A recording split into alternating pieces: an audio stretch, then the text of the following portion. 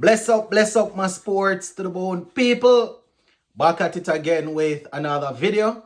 Thank you all for checking this one out. So we're going to be taking a look at two things.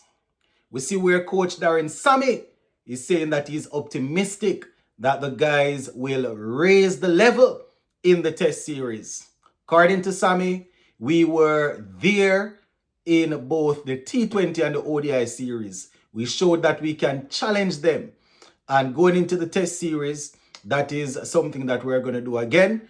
And he's expecting that the players will raise the levels. So we're going to walk through that interview. We're also going to be taking a look at the Super 50 game that was played earlier today. We have Trinidad and Tobago Red Force versus Leeward Islands Hurricanes. So let's give a listening here until the end. As per usual, the comment section is open. You can let me know your thoughts in the comment section.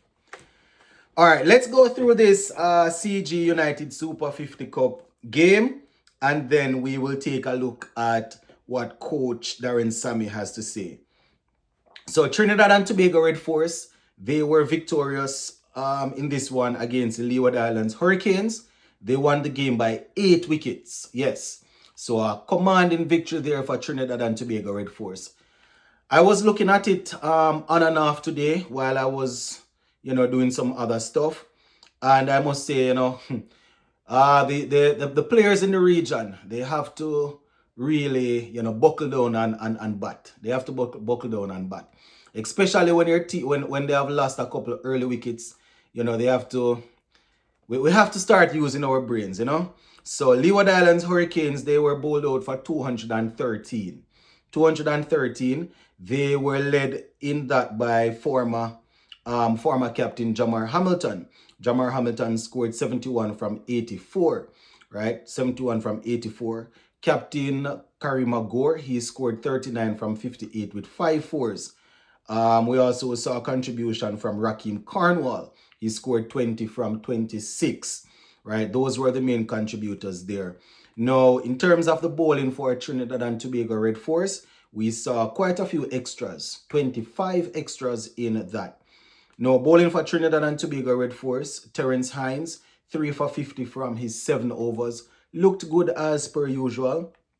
He was supported by Ricky J. Paul, who got 3 for 32 from 10. Also looked good.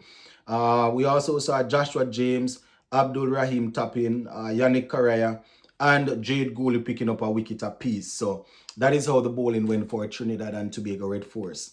So 213 all out, having faced 49 deliveries, 49 overs, right? I would think that Leeward Islands, they weren't overly happy with what they got. But at one point, they had lost, they lost some early wickets, right? They were at one point 31 for 3, right? So you can imagine that they definitely, were looking at bouncing back when they were at 31 for 3. So in the grand scheme of things, 213 is not a lot, but where they are coming from, not too bad. Now, Trinidad and Tobago Red Force, they made light work of this total or target. Tian Webster scored 83 from 117 balls at the top of the innings, 10 fours and 1 6. He was supported by Amir Jangu, who was left unbeaten on 72, having faced 85 balls, 8 fours to his name. Jade Gooley got 23 from 23 not out. So they lost only 2 wickets, Tian Webster and Cephas Cooper. Cephas Cooper scored 28 from 36. Now, good to see Amir Jangu getting some runs. I've always said that when a player is in the West Indies squad, whether it is Test, T20 or ODI, whenever you step down to the level below, we need to be able to identify you. We should just take one look at the TV if you're batting or bowling and say, okay, that guy is an international player. He has stepped down to play some regional, some Super 50. I'm not saying that, not looking down on the other players playing in the lower tournament. But if you're an international player, even if you're not getting game time, I expect to be able to identify you different from the regular 4-day cricketers or the Super 50 or, whatever it is. So that is how it went. Now, bowling for Leeward Islands, the wicket takers, Daniel Doram, he bowled 10 overs, didn't pick up any wickets. He gave away 30 runs. We also saw Kareem Agor bowling 8 overs for 61 runs. O'Shane Thomas 2 overs, 16 runs. Right, so quite a few guys chipped in. But the 2 wicket takers, Nathan Edward 1 for 37. Raheem Cornell 1 for 12. So those were the 2 wicket takers there for Leeward Islands as they surrender victory to Trinidad and Tobago Red Force there by 8 wickets. All right, before we go, let's talk Coach Darren Sammy. Now, I was listening to an interview on the Nationwide News Network, and Coach Darren Sammy was saying that, he's basically optimistic. He's expecting the guys to raise the level. He's expecting them to put on a good showing, right? So Sammy was saying that in the ODIs and the T20s, we had opportunities to win. He was saying that there were several games in that white ball series that we could have won. But as I always say, coulda, shoulda, woulda. You understand? The better team generally finds a way to win. Even if, as West Indies, we put ourselves in a position to win and we blow it, the better team, they usually find a way to win. Whether it is because of physical, what they are doing out there, are just being in a better psychological space. You understand? It's everything that comes together. So Sammy is saying that we had those opportunities, and we let those chances slip. So according to Sammy now, going into the test, that is not something that we can afford. We have to grab those chances. I mean, we haven't won in this format since, I think, 95, right? So we are going for a series, but I think 1995 is the last time we would have won there. But according to Sammy now, it's going to be a challenge. But he believes in the guys because watching them in practice, the intensity is up. They are training hard.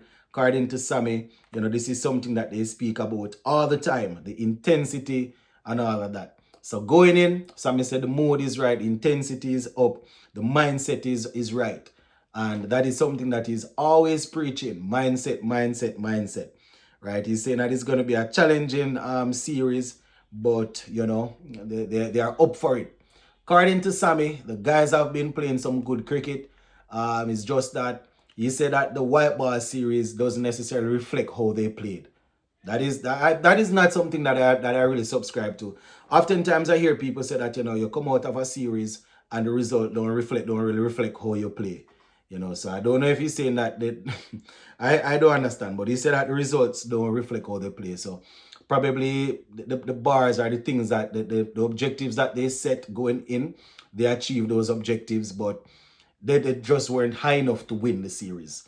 I don't know how you explain. I don't know. Probably someone in the comment section can explain how how the series doesn't reflect how we play. I don't understand. So according to Sammy now, in this test series, we need to go out there and make sure that we are challenging them with both bat and ball. Make sure we are there or thereabout so that we can we can win. So I tell you, I am looking forward to the test series because I want to watch test cricket. But I am not as optimistic as the captain, as the coach. But then again, that is why he's there. And that is why I'm in the chair pretending as if I know everything. Big up on yourself, my people.